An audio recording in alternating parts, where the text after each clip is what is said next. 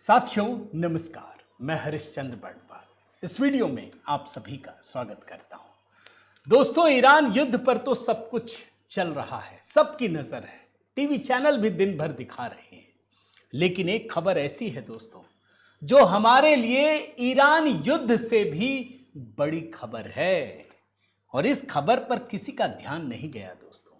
ये इतनी बड़ी खबर है, इस बात से आप समझ सकते हैं कि कम से कम 3-4 देशों के बीच का जो संबंध है वो पूरी तरह से पलट गया है।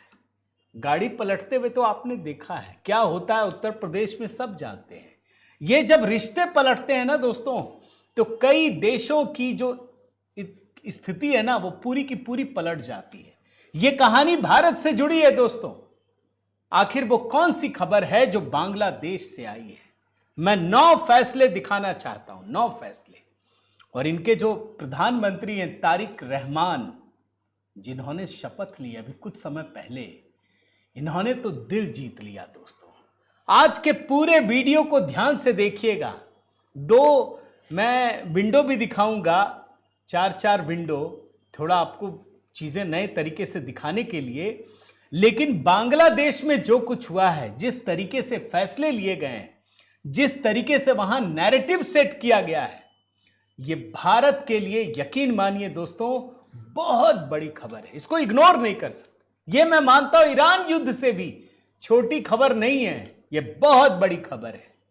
आज इसी को डिकोड कर रहा हूं। आखिर हुआ क्या है, कैसे पूरी दुनिया में हलचल मची हुई है।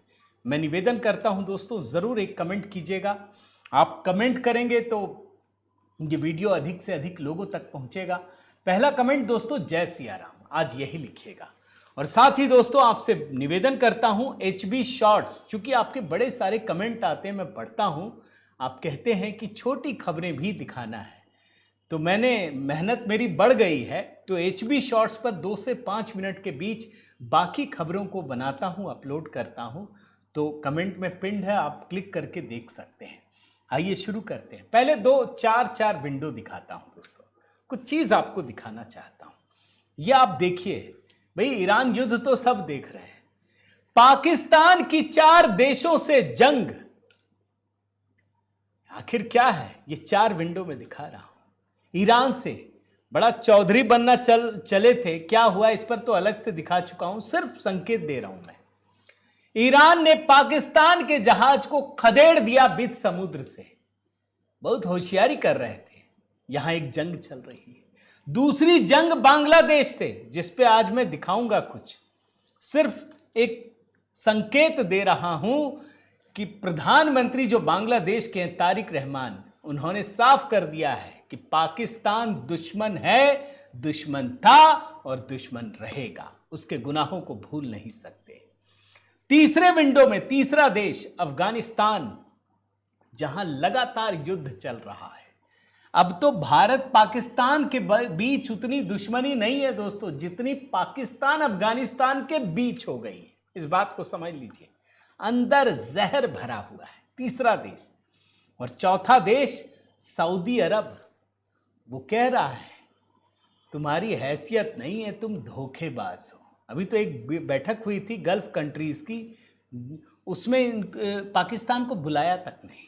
यानी पाकिस्तान की 4 देशों से दुश्मनी चल रही है। आप इन्हीं चारों में से, इन्हीं लोगों में से आप भारत की भी देख लीजिए। भाई भारत ईरानी राजदूत खुलकर कह रहे हैं भारत ही कर सकता है कम खाड़ी तनाव। हमारे 20 जहाज भी छोड़ रहे हैं आप जानते हैं। दूसरा बांग्लादेश ने तो कमाल कर दिया। नई सरकार बनते ही जो खुफिया विभाग के हेड हैं उसको भारत भेजा। क्यों भेजा अभी बता दूंगा फिर से। और उससे कितना बदलाव आया है, दोस्ती पटरी पर लाने की कोशिश। तीसरा अफगानिस्तान, दोस्ती और परवान चढ़ रही है। हमने तो बल्कि मदद की, 2.5 टन दवाइयां। आज अफगानिस्तान कह रहा है कि दुनिया में अगर कोई दोस्त है तो वो भारत है। तालिबान सरकार जो बनी है, उसका जो पहला दौरा हुआ सरकारी, वो भारत रहा। और चौथा विंडो दोस्तों वही सऊदी अरब। सऊदी अरब ने तेल का नया रास्ता खोल दिया, भर भर करके विशाल टैंकर आ रहे हैं। तो जिन 4 देशों से पाकिस्तान का झगड़ा चल रहा है, लड़ाई चल रही है, जंग चल रही है, उन्हीं 4 देशों से भारत की दोस्ती परवान चढ़ रही है। लेकिन आज तो बांग्लादेश की कहानी, 9 कहानियां दिखाऊंगा दोस्तों। ये दरअसल प्रायश्चित है, ये मैं दिखाना चाहता हूं, गिनती से दिखा रहा हूं। नंबर 1, बांग्लादेश का प्रायश्चित, कैसे दिल जीत लिया। सिर्फ हेडलाइन पढ़िए। पीएम तारिक रहमान ने पाकिस्तान को दिलाई उसके गुनाहों की याद, ऑपरेशन सर्च लाइट चलाकर किया था नरसंहार। ये परसों पीएम तारिक रहमान ने एक पोस्ट किया था दोस्तों, अभी मैं आपको दिखाऊंगा। लेकिन इस पोस्ट पे मेन स्ट्रीम मीडिया ने दिखाया नहीं। मैं दावे के साथ कहता हूं, किसी मेन स्ट्रीम मीडिया ने, इतनी बड़ी खबर है, इस पे डिबेट होनी चाहिए थी, बताना चाहिए था कितना बड़ा बदलाव है। पाकिस्तान के बांग्लादेश के प्रधानमंत्री तारिक रहमान ने भारत का दिल इसलिए जीत लिया क्योंकि पाकिस्तान को 25 मार्च 1971 में जो नरसंहार हुआ था उसके लिए सीधा जिम्मेदार ठहराया और सख्त लफ्जों में इसका इजहार किया। 25 मार्च यानी परसों श्रद्धांजलि दी और यह लिखा कि 25 मार्च 1971 देश के इतिहास का सबसे क्रूर और शर्मनाक दिन है। बांग्लादेश के लोगों को कहा, याद कीजिए, याद रखिए। मैं ट्वीट दिखाता हूं दोस्तों, वो ट्वीट वीडियो में इतना लंबा चौड़ा पोस्ट है, मैं फोटो लेना चाह रहा था, एक पोस्ट में तो फोटो ही नहीं आ रहा था। ये छोटी घटना नहीं है, ये बहुत बड़ा बदलाव है दोस्तों। जो बांग्लादेश अभी पिछलग्गू बन गया था पाकिस्तान का, उस बांग्लादेश ने पाकिस्तान को औकात दिखाने की कोशिश की। और सिर्फ मैं आपको बताऊं कि ये ट्वीट ही नहीं किया तारिक रहमान ने, बल्कि इस संदेश को अपने लेटर हेड पर लगा करके भी जारी किया। मैं जरा इसके हिस्से को पढ़ना चाहता हूं दोस्तों, आप देखिए। Prime minister, government of the people's republic of Bangladesh, 25, मैं हिंदी में पढ़ रहा हूं दोस्तों, 25 मार्च 1971 को नरसंहार दिवस के रूप में मनाया जाता है। इस अवसर पर मैं सभी शहीदों के प्रति अपनी गहरी संवेदना और सम्मान व्यक्त करता हूं। स्वतंत्रता प्रेमी बांग्लादेश के इतिहास में 25 मार्च 1971 सबसे अपमानजनक और क्रूर दिनों में से एक है। उस काली रात में पाकिस्तानी कब्जे वाली सेना ने ऑपरेशन सर्च लाइट के नाम पर बांग्लादेश के निहत्थे लोगों के खिलाफ इतिहास के सबसे जघन्य और नरसंहारों में से एक को अंजाम दिया था। यह पाकिस्तान के खिलाफ बोला जा रहा है। इसमें जगह का नाम है ढाका विश्वविद्यालय, पिलखाना, राजरबाग, तमाम जगहों पे। बहुत लंबा पोस्ट है। एक जगह लिखते हैं 25 मार्च का यह नरसंहार एक सुनियोजित सामूहिक हत्याकांड है था। यह संगठित हत्याकांड क्यों नहीं रोका जा सका, उस समय के राजनीतिक नेतृत्व की दृश्यमान भूमिका के संबंध में आज भी ऐतिहासिक शोध का विषय बना हुआ है। आगे एक जगह लिखते हैं, वर्तमान और आने वाली पीढ़ियों को स्वतंत्रता के मूल्य और महत्व को समझाने के लिए 25 मार्च के नरसंहार के बारे में जानना अत्यंत आवश्यक है। और आखिर में जानते हैं क्या लिखते हैं कि बांग्लादेश के लोग इसको हमेशा याद रखें। तो इसको याद रखने का मतलब क्या है? इसको याद रखने का मतलब यह है कि पाकिस्तान हमारा दुश्मन था, है और रहेगा। यह बांग्लादेश का बहुत बड़ा बदलाव है दोस्तों, बहुत बड़ा बदलाव। यह प्रायश्चित है। मैं प्रायश्चित नंबर 2 बताता हूं, कैसे तारिक रहमान दिल जीतते हैं वो बता रहा हूं दोस्तों। अब देखिए, यहां पर बांग्लादेश की मुक्ति के दौरान जो नरसंहार हुआ उसके लिए पाकिस्तान को तो जिम्मेदार बताया ही, साथ ही साथ मोहम्मद यूनुस की सरकार की उस नीति को भी गलत घोषित कर दिया दोस्तों। आप जानते हैं ना मोहम्मद यूनुस ने क्या नीति अपनाई थी कि जो बांग्लादेश में पाकिस्तान की क्रूरता है वो याद ना रखा जाए। तो उसके लिए क्या किया जाएगा? इसने अंतरिम सरकार बनाई थी मोहम्मद यूनुस ने, और पाकिस्तान के जो नरसंहार है, पाकिस्तान ने कहा कि भैया ये तो गड़बड़ होगा, लोग लड़ते हैं, बोला हम सब मिटा देंगे। 3 फरवरी 2025 को दोस्तों जो बांग्लादेश के राष्ट्रपति थे मोहम्मद यूनुस, उन्होंने एक निर्देश दिया। जानते क्या दिया? कि बांग्लादेश का जो सरकारी रेडियो है, टीवी चैनल, अब ऐसी कोई सामग्री प्रसारित नहीं होगी जिसमें पाकिस्तान के नरसंहार की याद दिलाई जाए। जो महिलाओं के साथ बलात्कार हुए, लाखों महिलाओं के साथ, वो सब नई बात होगी। पाकिस्तान के नेताओं की चर्चा नहीं होगी, जैसे मोहम्मद अली जिन्ना, जुल्फिकार भुट्टो, अयूब खान, टिक्का खान, ये सब टिप्पणी होगी ही नहीं। उस समय आजादी के जितने दस्तावेज हैं, वीडियो फुटेज है, सबको खत्म कर दो, नष्ट कर दो। तारिक रहमान ने सबको पलट दिया है। यह दूसरा फैसला। तीसरा फैसला जो बांग्लादेश का प्रायश्चित भी है, इस बात को ध्यान रखिए। अभी आपने देखा था ना दोस्तों कि पाकिस्तान नचा रहा था अपनी उंगलियों में, बांग्लादेश नाच रहा था। बांग्लादेश नहीं बोली, यह मोहम्मद यूनुस नाच रहा था। और इसी पाकिस्तान के चक्कर में अभी T20 वर्ल्ड कप हुआ, बांग्लादेश के खिलाड़ी पीछे हट गए। सरकार ने मना कर दिया, खेल से बाहर कर दिया T20 वर्ल्ड कप से। क्यों? भारत नहीं आना है। पाकिस्तान ने तो धोखा दे दिया। पाकिस्तान की फितरत है धोखा देने की। अभी जैसे सऊदी अरब को दिया है, आप देख रहे हैं, यहां भी धोखा दे दिया। बांग्लादेश क्रिकेट बर्बाद ही है। अब ये माफी मांग रहे हैं। अब ये भारत के साथ खेलना चाहते हैं। और भारत तो आप जानते हैं खुलकर गले लगाने वाला देश है दोस्तों। भारत ने कहा कोई बात नहीं, खेलो। और आप देखिए बांग्लादेश कैसे प्रायश्चित करता, वो मैं आपको बता रहा हूं। सितंबर 2026 में आयरलैंड के साथ एक सीरीज थी बांग्लादेश की। जैसे ही भारत ने हामी भरी, बांग्लादेश ने वो सीरीज रद्द कर दी कि नहीं, अब पहले तो हम भारत के साथ खेलेंगे, पहले भारत की मेजबानी करेंगे। अब बांग्लादेश का आयरलैंड दौरा जो है वो 2027 के लिए टाल दिया। अगले साल कभी भी होगा, इस साल नहीं होगा। और जो पूर्व निर्धारित कार्यक्रम है, अब क्या है दोस्तों, भारतीय टीम 3 वनडे और 3 T20 सीरीज खेलेगी। 28 अगस्त को बांग्लादेश पहुंचेगी। वनडे मुकाबला 1, 3 और 6 सितंबर और T20 मैच 9, 12 और 13 सितंबर को होंगे। अब सोचिए, जो बांग्लादेश भारत के साथ तैयार ही नहीं था, पाकिस्तान के वो में नाचते हुए, अब वो खेलना चाहता है। उसे पता है कि हमारी स्थिति सुधरेगी, हम विश्व क्रिकेट में फिर से अपना दखल बना सकते हैं। चौथा फैसला दोस्तों, बांग्लादेश का प्रायश्चित मैं कह रहा हूं, चौथा नंबर। बांग्लादेश के राजदूत ने दिल्ली में विदेश मंत्री एस जयशंकर से मुलाकात की और यह साफ कहा कि हम भारत के साथ कदम से कदम मिलाकर चलना चाहते हैं। 20 मार्च 2026 को बांग्लादेश के भारत में राजदूत रियाज हमीदुल्लाह ने एस जयशंकर से मुलाकात की।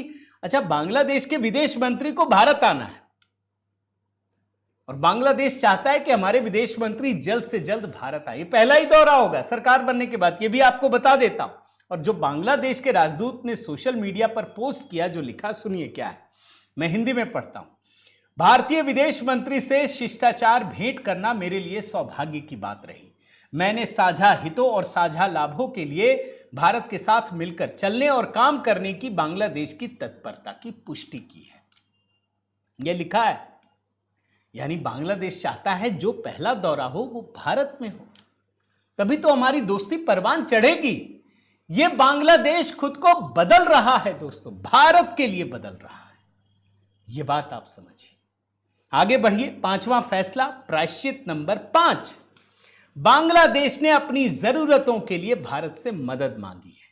अभी मैं वो आपको दिखाना चाहता हूं। मदद क्या मांगी आप जानते हैं? पूरी दुनिया में तेल, डीजल, ये सब की कितनी किल्लत है। पाकिस्तान तो भीख मांग रहा है, कोई देने को तैयार नहीं है। भारत ने बांग्लादेश से कहा कोई बात नहीं, हम आपकी मदद करेंगे, मदद करने को तैयार है। और 10 मार्च को तेल सप्लाई की पहली खेप 5000 टन डीजल तेल पाइपलाइन से शुरुआत कर दी, देना शुरू कर दिया। कोई बात नहीं, आप चिंता मत करो, हम हैं आपके साथ। अच्छा, भारत ने कैसे दिया आप समझिए। ऐसा नहीं है कि अपने आप को भूखा रख करके हम दे रहे हैं। भाई, हमारे पास तेल प्रचुर मात्रा में है, ये समझ लीजिए। मैंने कल भी आपको दिखाया दोस्तों, सरकार साफ कह रही है कोई पैनिक मत कीजिए, हमारे पास प्रचुर मात्रा में तेल है, अधिक है। क्योंकि हम इतना तेल खरीद रहे हैं तो हम दूसरों को सरप्लस दे सकते हैं, तब हम दे रहे हैं। लेकिन पाकिस्तान को नहीं मिल रहा है। उसके जहाज तो भगा दिए, मैंने दिखाया आपको। वहां तो लॉकडाउन शुरू हो गया, बल्कि 20 देशों में मैं देख रहा था ये लॉकडाउन की स्थिति पैदा हो गई है। जहां तेल नहीं है, वर्क फ्रॉम होम शुरू कर दिया गया है। आप समझ रहे हैं दोस्तों? तो ये कहानी है प्रायश्चित नंबर 5। प्रायश्चित नंबर 6, पाकिस्तान के इशारे पर मोहम्मद यूनूस की सरकार ने, पिछली सरकार, भारत के खिलाफ बांग्लादेश में आईएसआई की घुसपैठ को बढ़ा दिया था, तारिक रहमान ने इसको पूरी तरह से पलट दिया। ये कैसे समझेंगे आप? ये समझिए, आईएसआई की घुसपैठ। तारिक रहमान जब प्रधानमंत्री बनते हैं तो अपने सबसे विश्वस्त व्यक्ति कैसर राशिद चौधरी उसको प्रमोट करते हैं और उसको directorate general of forces intelligence, यानी बांग्लादेश में जो इंटेलिजेंस एजेंसी है उसका हेड बनाते हैं, महानिदेशक बनाते हैं। और सबसे पहले सुन लीजिए, इन्हें भारत भेजा जाता है। ये खुफिया एजेंसी के हेड है, डोभाल से मिलते हैं। ये क्यों होता आप समझिए। पहले तो मंत्री आता है ना, इसलिए कि भारत और बांग्लादेश के बीच की स्थिति ठीक रहे, आम जनता के बीच दोस्ती बनी रहे। ये बड़ी खबर है दोस्तों। यानी पूरे के पूरे फैसले को जो मोहम्मद यूनूस कर रहा था उसको बांग्लादेश की वर्तमान सरकार ने पूरी तरह से पलट दिया है। ये बड़ी खबर है। फैसला नंबर 7 जो प्रायश्चित भी है, प्रायश्चित नंबर 7, हम जानते हैं पूर्व प्रधानमंत्री शेख हसीना भारत में रह रही हैं, निर्वासित जीवन व्यतीत कर रही हैं। जब मोहम्मद यूनूस की सरकार आई जो कब्जा करके बना बिना चुनाव के, तो उसने कितने सारे मुकदमे लाद दिए और जो भी शेख हसीना का समर्थन कर रहे थे उस पर इतने केस ठोक दिए हैं, उत्पीड़न शुरू कर दिया।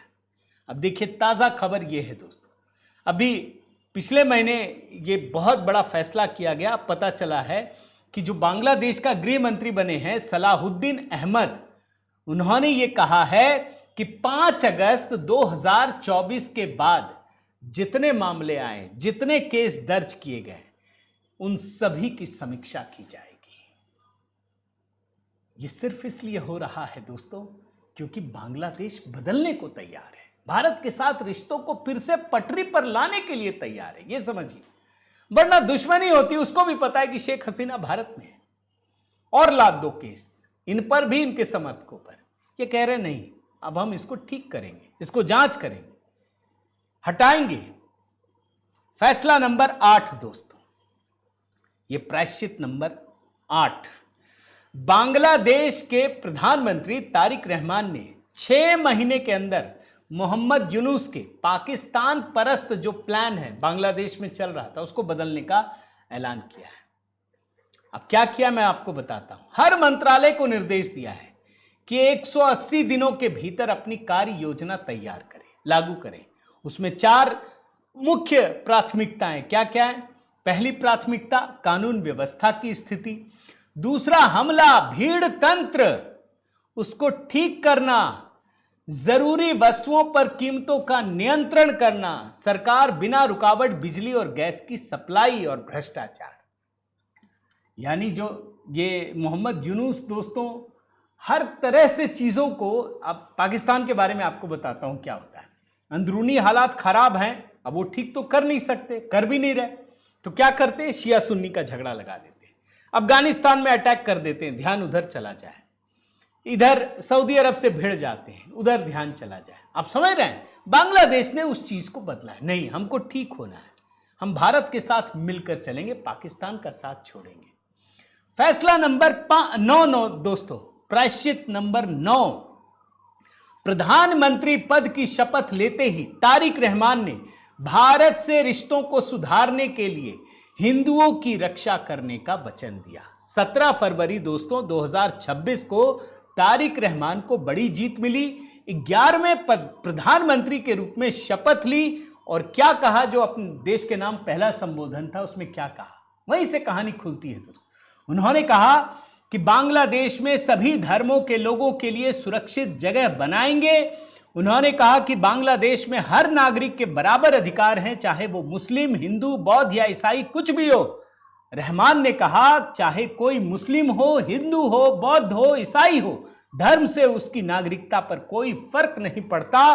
देश को चलाने में पार्टी या राजनीतिक असर या जबरदस्ती नहीं, बल्कि कानून का राज ही आखिरी फैसला होगा, ये कहा है दोस्तों। तो ये है बांग्लादेश की बदलती हुई कहानी। मैं मानता हूं दोस्तों, परसों जो ट्वीट किया, जिस तरह से अपना रुख दिखाया, ये वास्तव में भारत के लिए बहुत बड़ी खबर है। मैंने तो नहीं देखा मेन स्ट्रीम मीडिया में, आप देखिएगा तो ज़रूर बताइएगा किस चैनल ने डिबेट किया। आपके कमेंट की प्रतीक्षा है दोस्तों, ज़रूर लिखिए एक कमेंट, जय सिया राम यही लिख दीजिए, लाइक कीजिए, शेयर कीजिए। अगर चैनल आपने सब्सक्राइब नहीं किया है दोस्तों तो ज़रूर कीजिएगा। एक गीत हमने HB मेलोडी पर इस युद्ध को लेकर लगाया है दोस्तों, वो युद्ध देखिएगा कि विपत्ति के समय मोदी जी किस तरीके से काम करते हैं। बाकी HB शॉर्ट्स से जुड़े रहिए, और अगर आप सहयोग करना चाहें दोस्तों तो YouTube में मेंबरशिप का एक ऑप्शन होता है, जुड़िए, हमारा हाथ मजबूत कीजिए। बहुत बहुत धन्यवाद। जय सिया राम।